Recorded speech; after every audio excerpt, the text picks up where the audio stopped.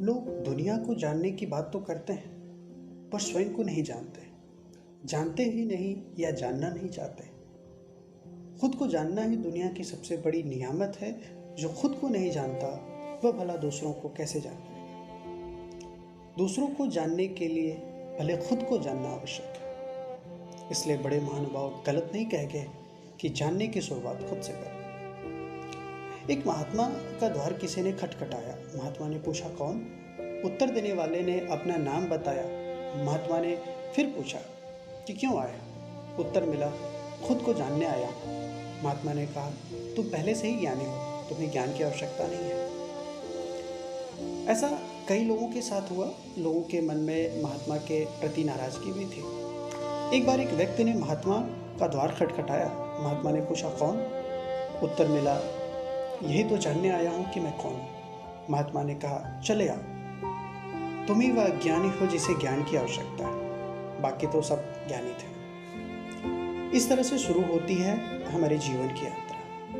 अपने आप को जानना बहुत आवश्यक है। जो खुद को नहीं जानता वो किसी को भी जानने का दावा नहीं कर सकता। लोग झगड़ते हैं और कहते हैं कि तू मुझे नहीं जानता, मैं क्या क्या कर सकता हूँ। इसके जवाब में सामने वाला भी यही कहता है। वास्तव में दोनों ही खुद को नहीं जानते, इसलिए ऐसा कहते हैं। आपने कभी जानने की कोशिश की कि खुदा और खुद में ज़्यादा फर्क नहीं है? जिसने खुद को जान लिया उसने खुदा को जान लिया। पुराणों में भी कहा गया है कि ईश्वर हमारे ही भीतर है, उसे ढूंढने की कोई आवश्यकता नहीं है।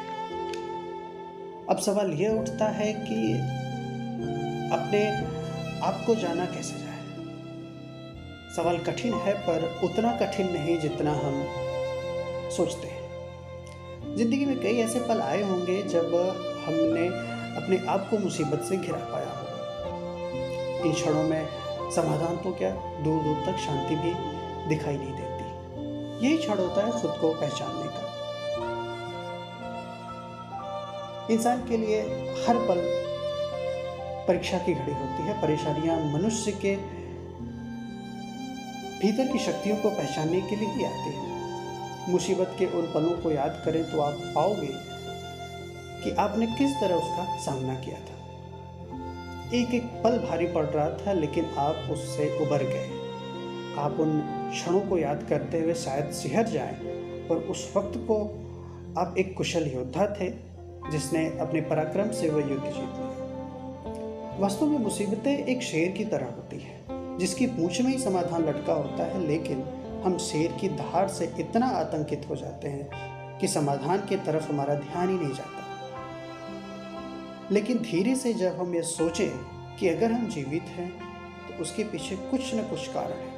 यदि शेर हमें जीवित छोड़ रहा है, निश्चित ही हमारे जीवन का कोई उद्देश्य है। उस समय यदि हम शांति से उन परिस्थितियों को जानने का प्रयास करें तो हम पाएंगे कि हमने अपने क्षणों का साहस से मुकाबला किया।